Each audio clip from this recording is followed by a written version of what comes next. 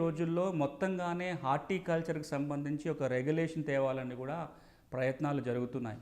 మొత్తం అంటే మొక్కల దగ్గర నుంచి మొదలుపెడితే మొక్కల పెంపకం దగ్గర నుంచి మొదలుపెడితే పంట చేతికొచ్చేంత వరకు ఏదైతే మొత్తం ప్రాసెస్ ఉంటుందో ఈ హార్టికల్చర్‌కి ప్రత్యేకంగా రెగ్యులేట్ చేయటం కోసం కూడా ఒక ప్రత్యేకమైన చట్టం తీసుకొచ్చే ప్రయత్నాలు జరుగుతున్నాయి.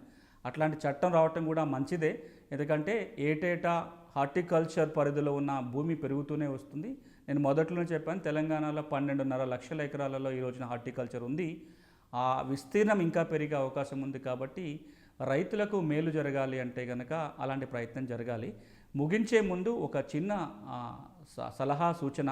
ఈ హార్టికల్చర్‌లో విషయంలో గనక మరింత బెనిఫిట్స్ రైతులకు అందాలి అంటే ఈ హార్టికల్చర్ సాగు ప్రోత్సహించడానికి టెక్నికల్ సపోర్ట్ ఇవ్వటం ఎంత ముఖ్యమో, దానికి మార్కెటింగ్ కల్పించడం ఎంత ముఖ్యమో, దీనికి సంబంధించిన చట్టాల అంశంలో, ఎందుకంటే ఇది ఎక్స్‌పోర్ట్‌తో కూడుకున్నది కూడా కాబట్టి హార్టికల్చర్ డిపార్ట్మెంట్ వాళ్ళు ఒక ప్రత్యేకమైన లీగల్ సెల్ ఏర్పాటు చేసి ఈ హార్టికల్చర్‌కి సంబంధించిన నియమాలు, నిబంధనలు, చట్టాలపైన ఎప్పటికప్పుడు తగిన సలహాలు, సూచనలు ఇవ్వటము, దీని మీద పెద్ద ఎత్తున అవగాహన చేపట్టడం చేసినట్లయితే ఇది మరింత అవకాశాలు పెంచే విధంగా ఉంటుంది.